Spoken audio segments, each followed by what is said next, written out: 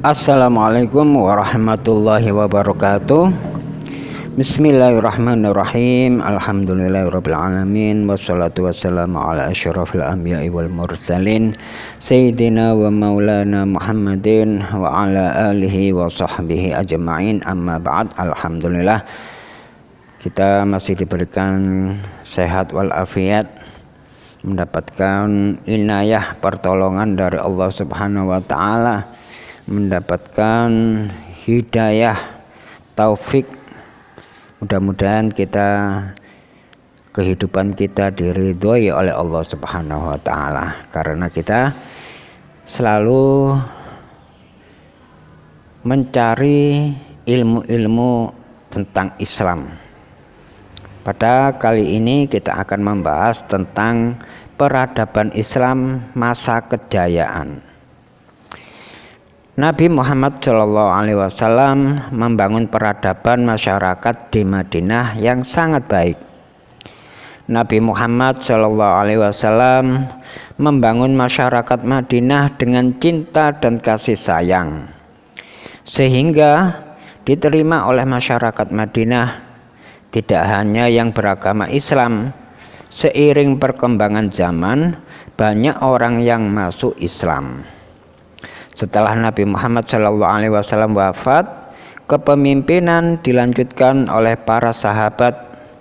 Kepemimpinan tersebut dikenal dengan sebutan Khulafa'ur Rasyidin.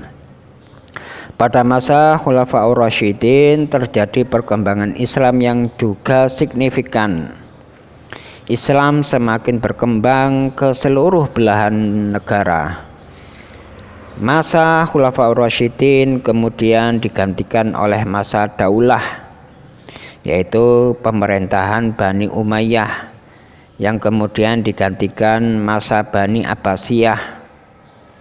Pada masa itu terjadi kemajuan ilmu pengetahuan yang sangat signifikan. Kemudian periodisasi sejarah Islam menurut Harun Nasution, perkembangan peradaban Islam dikelompokkan dalam 3 periode, yaitu yang pertama periode klasik, kedua periode pertengahan, ketiga periode modern. Adapun periode klasik berlangsung pada tahun 650 hingga 1250. Pada periode ini terjadi 2 fase, yaitu fase integrasi yang terjadi pada tahun 650 hingga 1000. Fase yang disintegrasi yang terjadi pada tahun 1000 hingga 1250. Kemudian yang kedua periode pertengahan. Periode pertengahan berlangsung pada tahun 1250 hingga 1800. Pada periode pertengahan, Islam mengalami kemajuan dan kemunduran. Jadi Islam mengalami kemajuan dan kemunduran pada periode pertengahan ini. Banyak sekali kemajuan-kemajuan yang diraih pada periode ini. Namun kemajuan tersebut harus mengalami kemunduran karena munculnya sikap taklid terhadap ilmu pengetahuan. Kemudian periode modern yang ketiga ini. Periode modern berlangsung pada tahun 1800 hingga sekarang. Periode ini ditandai dengan kebangkitan umat Islam. Pada periode ini telah banyak pembaharu dalam Islam.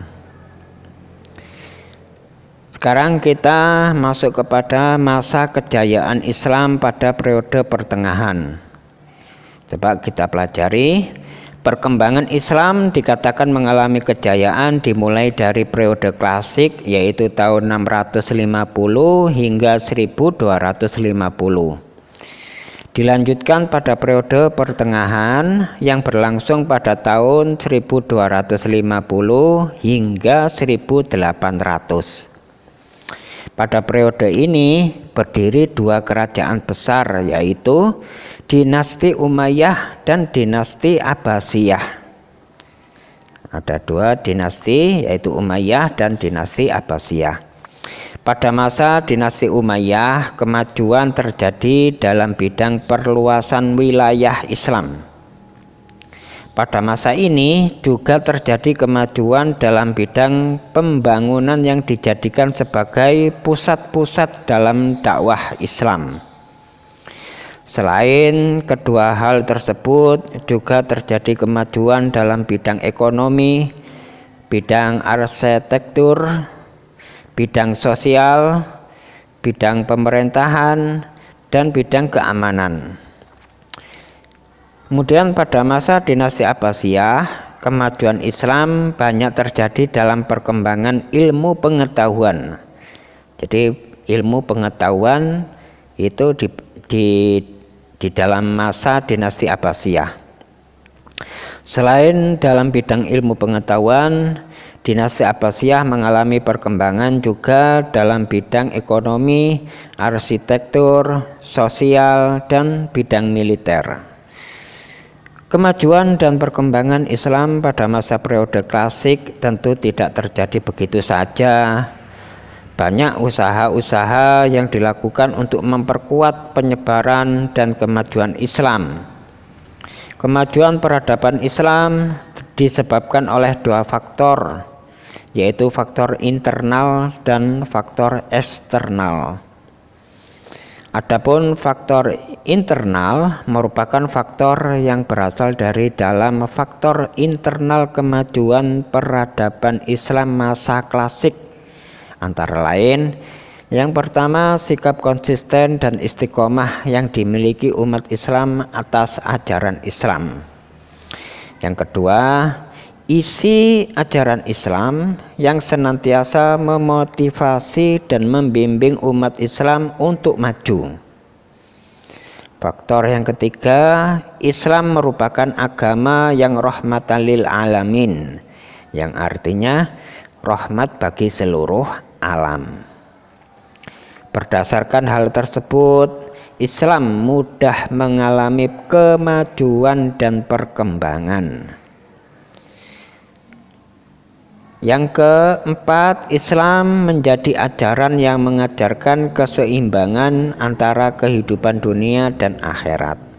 Ini faktor internal yang ada di dalam kemajuan Islam, kemajuan peradaban Islam di masa klasik. Kemudian yang kedua, faktor eksternal merupakan faktor yang berasal dari luar.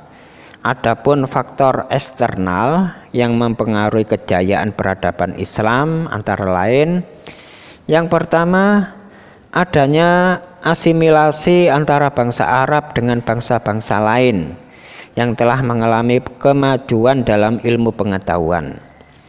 Pada masa ini Persia memberikan pengaruh besar dalam bidang ilmu filsafat dan pemerintahan. Adapun Yunani memberikan pengaruh besar dalam bidang terjemah dalam segala bidang ilmu, terutama ilmu filsafat. Kemudian faktor eksternal yang kedua yaitu gerakan terjemah ilmu-ilmu asing yang sangat giat dilakukan. Dengan adanya gerakan ini banyak memberikan pengaruh dalam berbagai ilmu pengetahuan umum, utama pada bidang astronomi, kedokteran, dan filsafat. Selain karena kedua faktor di atas, kemajuan peradaban Islam dipengaruhi oleh kemauan belajar yang tinggi dan gerakan ilmiah oleh para ulama. Adapun gerakan-gerakan tersebut dilakukan oleh melakukan hal-hal di bawah ini. 1. Melakukan gerakan ijtihad. Pada masa banyak bermunculan ulama-ulama dalam bidang fikih, bidang tafsir, bidang hadis, bidang sains, bidang fisika, bidang geografi, dan bidang ilmu yang lain-lainnya. Yang kedua, Para ulama menolak menjadi pekerja dalam pemerintahan. Yang ketiga, mengamalkan ajaran yang ada di dalam Al-Quran secara maksimal. Yang keempat, mengamalkan ajaran yang ada di dalam hadis. Banyak hadis yang menjelaskan perintah untuk menuntut ilmu, tidak hanya ilmu agama tetapi juga ilmu umum. Dengan adanya gerakan ijtihad, banyak sekali ulama-ulama yang bermunculan. Gerakan ini juga memunculkan banyak ilmu baru yang semakin membuat ilmu pengetahuan semakin maju. Berikut ilmu pengetahuan yang muncul beserta ilmuwannya. Yang pertama, ilmu filsafat. Di antara yang mempelajari dan yang menguasai ilmu filsafat yaitu Al-Kindi pada tahun 809 hingga 873 Masehi. Kemudian Al-Farabi wafat tahun 1616 Masehi. Kemudian Ibnu Bajjah wafat tahun 523 Hijriah. Kemudian Ibnu Tufail wafat tahun 581 Hijriah. Kemudian Ibnu Sina mulai 980 hingga 1037 Masehi. Kemudian Imam Al-Ghazali pada tahun 1085 hingga 1101 Masehi. Kemudian Ibnu Rushd pada tahun 1126 hingga 1198 Masehi. Itu ulama-ulama yang mendalami tentang ilmu-ilmu filsafat. Hingga sekarang kitab-kitabnya ada hingga sekarang, terutama Imam Al-Ghazali ya. Contohnya kitab Ihya Ulumuddin. Kemudian ilmu kedokteran. Ada ulama-ulama yang mendalami ilmu tentang kedokteran, diantaranya Jabir bin Hayyan wafat tahun 778 Masehi. Kemudian Hurain bin Ishaq mulai 810 hingga 878 Masehi. Kemudian Tabib bin Qura mulai 836 hingga 901 Masehi. Kemudian Ar-Razi atau Razis mulai tahun 809 hingga 873 Masehi. Kemudian ada juga ulama yang mendalami ilmu matematika, diantaranya Umar Al-Faruhan, kemudian Al-Hawarizmi. Itu yang ahli di dalam matematika. Sekarang yang ahli dalam bidang ilmu astronomi, diantaranya Al-Farazi merupakan pencipta dari astrolabe. Yang kedua Al-Ghatani atau Al-Betagnius. Kemudian yang mendalami tentang ilmu seni ukir yaitu Al-Badar dan Tarif mulai 961 hingga 976 Masehi. Kemudian ulama yang mendalami tentang ilmu tafsir, yaitu yang pertama Ibnu Jarir At-Tabari ya, Ibnu Jarir At-Tabari. Kemudian yang kedua Ibnu Atiyah Al-Andalusi yang wafat tahun 147 Hijriah. Yang ketiga As-Suda Muqatil bin Sulaiman wafat pada tahun 150 Masehi. Yang keempat Muhammad bin Ishaq dan lain-lain ya. Masih banyak ulama-ulama tafsir ya yang tidak bisa saya sebutkan, mungkin terlalu banyak ya. Kebesaran yang telah diraih oleh kedua dinasti ternyata tidak mampu menahan kehancurannya yang diakibatkan oleh beberapa faktor. Di antaranya, pertama, latar belakang terbentuknya kedaulatan Bani Umayyah tidak dapat dilepaskan dari konflik-konflik politik. Yang kedua, adanya pola hidup mewah di lingkungan istana menyebabkan anak-anak khalifah tidak sanggup memikul beban berat kenegaraan tatkala mereka mewarisi kekuasaan. Yang ketiga, penindasan terus-menerus terhadap pengikut-pengikut Ali pada khususnya dan Bani Hashimiyah pada umumnya. Yang keempat, pertentangan antar suku-suku Arab. Yang kelima, ketidakpuasan sejumlah pemeluk Islam non-Arab. Yang keenam, sistem pergantian khalifah melalui garis keturunan. Yang ketujuh, kerajaan Islam pada zaman kekuasaan Bani Umayyah telah demikian luas wilayahnya hingga sukar mengendalikan dan mengurus administrasi dengan baik. Ini yang mengakibatkan kehancuran atau kemunduran dari beberapa faktor yang ada, ya.